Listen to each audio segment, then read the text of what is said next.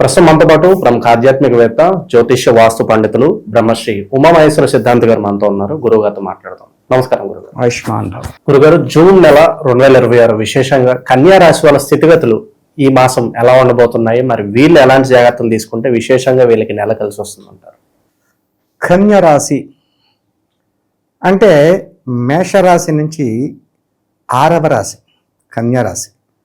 కన్యా రాశి ఫలితములు ఈ కన్యా రాశి మీద ఏ గ్రహ దృష్టి ఉందయ్యా అంటే శని గ్రహ దృష్టి ఉంది. ముఖ్యంగా కన్యా రాశి బాగానే ఉంది, శని గ్రహ దృష్టి ఉన్నది కదా, అమ్మో శని వల్ల అనేక నష్టాలు కష్టాలు కలిగిపోతాయని అపోహ మాత్రమే ఉంది. శని లేనిదే సర్వము లేదు. ఒక మంచి చేయాలంటే శని కావాలి. కళ్యాణకారకుడైన శని కళ్యాణాన్ని చేపిస్తాడు. ఆయుష్కారకుడైన వాడు శని ఆయుర్దాయాన్ని పెంచుతున్నాడు. అటువంటి యోగదాయకమైన గ్రహమే ఇక్కడ వీక్షణలో ఉంది. కన్యా రాశి ఫలితములు ఏ రకంగా ఉంటే కన్యా రాశికి ఆధిపత్యాన్ని వహించిన వాడు బుధుడు. ఈ బుధుడు ఉన్న స్థానం ఎక్కడ ఉన్నాడే అంటే మిథున రాశిలో ఉన్నాడు. మిథున రాశికి అధిపతి బుధుడే, కన్యా రాశికి అధిపతి బుధుడే. యోగదాయకమైన స్థానంలోనే ఉన్నాడు. అంటే వ్యాపార రంగాన్ని అభివృద్ధి పరుస్తున్నాడు. ఇక్కడ ముఖ్యంగా మనకు తెలిసిందంటే వ్యాపార అభివృద్ధి జరుగుతూ ఉంది. అంటే అనేక రకాల వ్యాపారాలు ఉంటాయి. చిన్న బడ్డీ షాప్ అంటే చిన్న కిళ్ళీ కొట్టు, అంటే సిగరెట్లు అమ్ముకొని అదో అమ్ముకుంటే చిన్న కిళ్ళీ కొట్టు, ఆ కిళ్ళీ కొట్టు కానించి కాబట్టి రత్నవర్తకం చేసేవాడు, బంగారు వర్తకాలు చేసేవాడు కూడా ఉన్నతమైన స్థానంలోనే ఉన్నారు. ఈ మాసంలో కన్య ఆధిక్యతని పొందుతున్నారు. కానీ ఇక్కడ ఒక ముఖ్యమైన విషయాన్ని మనం విశ్లేషణ చేయాలి. గత ఉగాది నాడు ఈ కన్యా రాశి గురించి పంచాంగ ఫలితాలు మనం చూసుకుంటాం. ఎవరైనా చూస్తారు పంచాంగ ఫలితాలు. ఏం రాశారయ్యా పంచాంగ ఫలితంలో? ఆదాయం 3, వ్యయం 11. ఏమైంది ఇక్కడ? సంపాదన 3 లేకపోతే 8, 11. ఆదాయం 8, వ్యయం 11. రాజపూజ్యం 3, అవమానం 3, సమతల్యం. నేను మామూలుగా అప్పుడు చూశాను ఉగాది నాడు. ఇది ఇప్పుడు అనుకోకుండా జ్ఞాపకం వచ్చిందని చెప్తున్నాను. ఆదాయ వ్యయాలు ఈ రకంగా ఉన్నాయి, రాజపూజ్యతో అవమానాలు ఈ రకంగా ఉన్నాయి. అయితే ఆదాయం 8, వ్యయం 11 ఉన్నదంటే లెక్క ఏమైంది? అక్కడికి 3% ఎక్కువ వచ్చి పెడుతున్నావు. 3 మంచోడు అంటే 3 చెడ్డోడు అంటున్నారు. ఇటువంటి ఫలితాల్లో ఉన్నాయి కన్యా రాశి వారికి. సో ఏది ఏమైనా ఎలా ఉన్నా ఖర్చు ఎంత పెట్టినా ఇంటికి వచ్చేసరికి భార్యాభర్తల మధ్యన అవగాహన లక్కా బంగారులాగా అంటుకుంది. లక్కా బంగారులాగా అంటుకున్నప్పుడు ఎవడేం చెప్పినా ఏం అవ్వదు, యోగదాయకంగా ఉంటుంది. ఈ కన్యా రాశి వారికి ఉన్నతమైన స్థానంలో ఉంటున్నారు. ఇక్కడ ఒక శుభయోగంని మనం చెప్పుకోవచ్చు.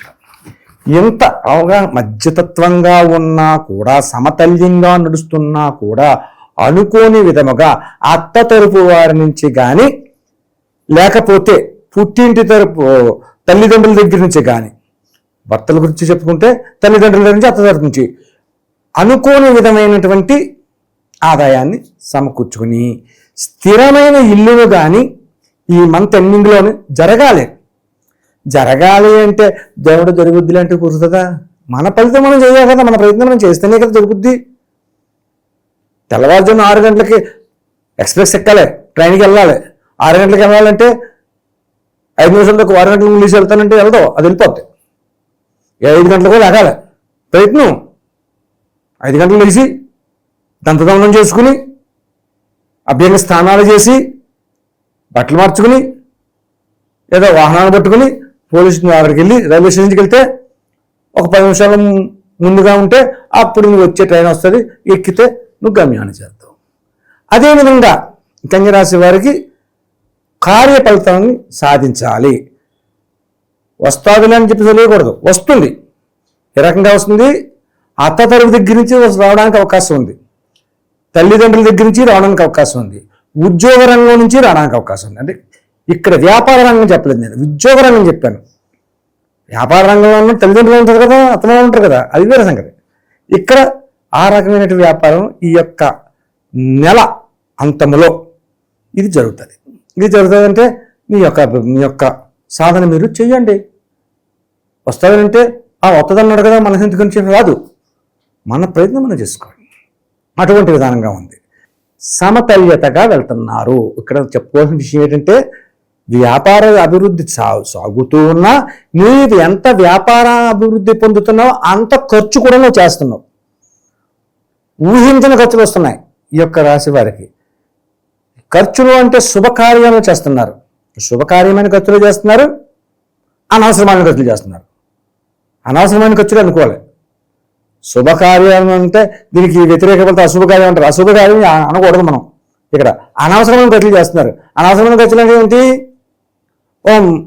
మిత్రులు వచ్చారనుకోండి, అండ్ ఇంటికి తీసుకెళ్ళి భోజనం పెట్టడం వేరు, హోటల్ తీసుకెళ్ళి మేపడం వేరు. అది అనవసరమైన ఖర్చు. ఇంటికి తీసుకొచ్చి పెడితే ఏం చేస్తారు? చక్కగా సేవగా వస్తుంది భార్య, లేదంటే పులిహోర చేస్తుంది, లేకపోతే గారెలు వేస్తుంది, అన్నం పడుతుంది. మరి బయటికి వెళ్తే ఈ నొక్కని తీసుకెళ్తారా, ఇంకొక ఇద్దరు ముగ్గురు తీసుకెళ్తారు. ఆ ఇద్దరు ముగ్గురు తిన్నంగా ఉంటారా, ఏదో కావాలంటారు. ఆ ఏదో అన్నది ఎక్కడెక్కడ కోల్పోతుంది. ఆ ఎక్కడెక్కడ కోలింది ఇది చేబు చెల్లిడిపోయింది. ఇది 1000 రూపాయలు సంపాదించితే ఖర్చు 3000 అయిపోయింది కదా. ఇటువంటి ఫలితంలో కన్యరాశి వారికి ఇబ్బందికరమైన స్థితిగతులు ఉన్నాయి. అయితే భార్యాభర్తల అవగాహన బాగుంది. విద్యార్థుల యొక్క ఉన్నతమైన స్థానాన్ని చేరుకునే అవకాశాలు కలుగుతూ ఉన్నాయి. ప్రయాణముల యందు లాభదాయకమైన పరిస్థితులు పొందుతున్నారు. ప్రయాణంలో లాభదాయకమైన పరిస్థితులు ఉన్నాయి, ఉపయోగకరమైన పరిస్థితులు పొందుతూ ఉన్నారు. అత్యధికమైన సుఖ సంతోషాలు పొందడానికి అవకాశం ఉంది. కానీ అధికమైన ఖర్చులు చేస్తున్నారు. ఈ కన్యరాశి వారు అధికమైన ఖర్చులు చేస్తున్నారు.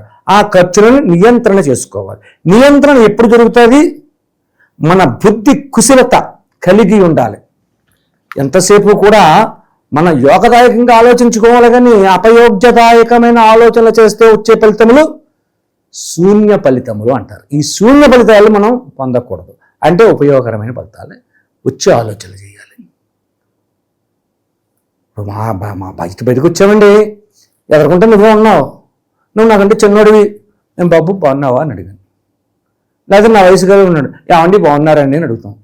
అంతేగాని నేను ఏదో వైట్ అండ్ వైట్ వేసుకున్నాను, మెల్ల సాలో ఉంది, నాకు బొట్టు ఉంది, ఏమాయి బాగున్నా అంటే పోవాయి అంటాడు. మన మాటలోనే ఉంటుంది, మాట్లాడే విధానంలో ఉంటుంది. కాబట్టి ప్రతిదాని గురించి ఆలోచన విధంగా ఇల్లు చేసుకుంటే ఈ కన్యరాశి వారికి యోగదాయకమైన పరిస్థితులు పొందుతారు. అలాగే ఇంకొక విషయాన్ని కూడా మనం చెప్పుకోవాలి. ఇది అధిక జ్యేష్ఠ మాసం, ఇప్పుడు నడుస్తున్నది అధిక జ్యేష్ఠంలో ఉన్నాం.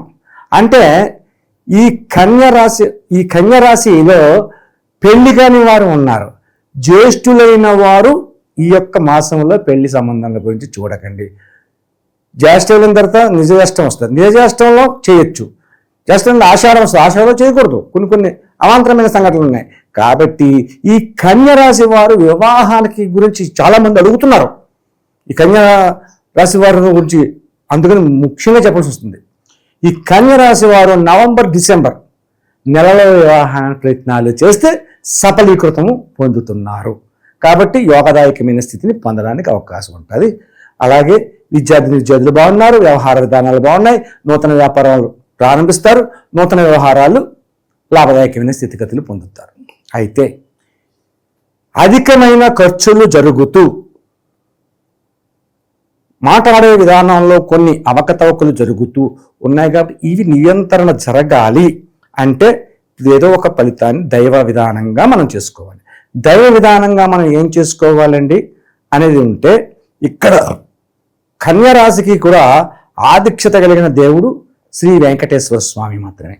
వెంకటేశ్వర స్వామికి శనివారం నాడు ఉదయాన్నే శుభ్రంగా క్షీరాన్నాన్ని వండండి. క్షీరాన్నం అంటే ఒక 4, 5కో 10 మందికో పెట్టగలిగితే సరిపోయేంతగా క్షీరాన్నాన్ని వండండి. క్షీరాన్నాన్ని వండి వెంకటేశ్వర స్వామి ఇంట్లోనే, దేవాలయానికి వెళ్ళక్కర్లేదు. దేవాలయంలోకి వెళ్ళి పంతులు గారి దగ్గరికి వెళ్ళి మళ్ళీ ఆయనకి అష్టోత్తరాలు చేయించి ఎన్ని చేసినా దానికి కొంతగా చూద్ది, అది పక్కన పెట్టండి. ఈ క్షీరాన్నాన్ని వండించి శుభ్రంగా ఇంట్లోని మీకు చేతనైనట్టుగా మీకు వచ్చినట్టుగా వెంకటేశ్వర స్వామి అష్టోత్తర నామాలు చదువుకుంటూ పూజ చేసి కుంకుమతో పూజ చేసి ఆ కుంకుమను ధరించి ఈ యొక్క క్షీరాన్నాన్ని ఒక తామరాకును సంపాదించండి. తామరాకు తీసుకొచ్చి తామరాకు స్వామివారి దగ్గర పెట్టి ఆ తామరాకులో పరమన్నాన్ని పెట్టి నివేదన చేయండి. నివేదన చేసి నమస్కరించుకోండి. ఆ తర్వాత తామరాకులు చాలా తాపాలంటే చాలా కష్టం కాబట్టి అరిటాకులు తీసుకురండి. అయ్యా ముఖంగా చేయండి. ఓ 10 మందికో 20 మందికో ఈ తామరాకుల్లో ఉన్న ప్రసాదాన్ని అందులో కలపండి. ఇప్పుడు తిరుమల లడ్డూలు లక్షల లడ్డూలు చేస్తారు. లక్షల లడ్డూలు తీసుకెళ్ళి దేవుడి దగ్గర పెట్టరు. ఓ 2-3 లడ్డూలు అందులో పెడతారు. నివేదన చేస్తారో తీసుకొచ్చి ప్రసాదంలో కలిపేస్తారు. అదే ప్రసాదం వద్దు. ఇది అంతే. ఆ రకంగా ఈ ప్రసాదాన్ని మీకు తోచినంత మందికి వితరణ చేయండి. భక్తి శ్రద్ధలతోటి యోగదాయకమైన స్థితిగతులు పొందుతూ ఉంటారు. ఉన్నతమైన అవగాహన రాహిత్యాలు తొలగుతాయి. స్థితిగతులు పొందాలి, స్థిరత్వమైన ఆస్తులు కలగాలన్న దానికి దగ్గర భావాన్ని చేకూర్చుకునే అవకాశాలు ఎక్కువ కలుగుతాయి. కాబట్టి ఈ పరిహారాన్ని ప్రతి ఒక్కరు చేస్తే ఉన్నతమైన స్థానానికి చేరుతారు. మంచి విశ్లేషణ అందించారు. ధన్యవాదాలు. ఆయుష్మాన్ భవ.